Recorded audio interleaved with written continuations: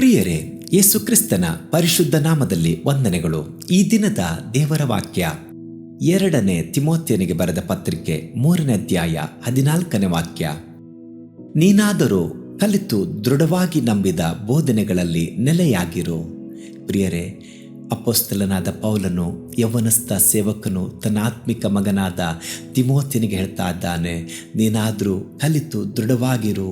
ಈ ದಿವಸ ನಾನಾ ರೀತಿಯಾದಂಥ ಬೋಧನೆಗಳು, ನಾನಾ ರೀತಿಯಾದಂಥ ಬದಲಾವಣೆಗಳ ನಡುವೆ ನಾವೆಲ್ಲರೂ ಪವಿತ್ರಾತ್ಮನ ಸ್ವರವನ್ನು ಕೇಳಿ ದೇವರ ವಾಕ್ಯದ ಅಡಿಯಲ್ಲಿ ನಿಲ್ಲೋಣ. ದೇವರಾತ್ಮನ ಸ್ವರಕ್ಕೆ ವಿಧೇಯರಾಗೋಣ. ಈ ದಿವಸ ನಾವೆಲ್ಲರೂ ಸ್ವಸ್ಥ ಬೋಧನೆಯನ್ನು ಕೇಳಿ ವಾಕ್ಯದ ಅಡಿಪಾಯದಲ್ಲಿ ಜೀವಿಸೋಣ. ಕರ್ತನು ನಮ್ಮೆಲ್ಲರನ್ನು ಆಶೀರ್ವದಿಸಲಿ.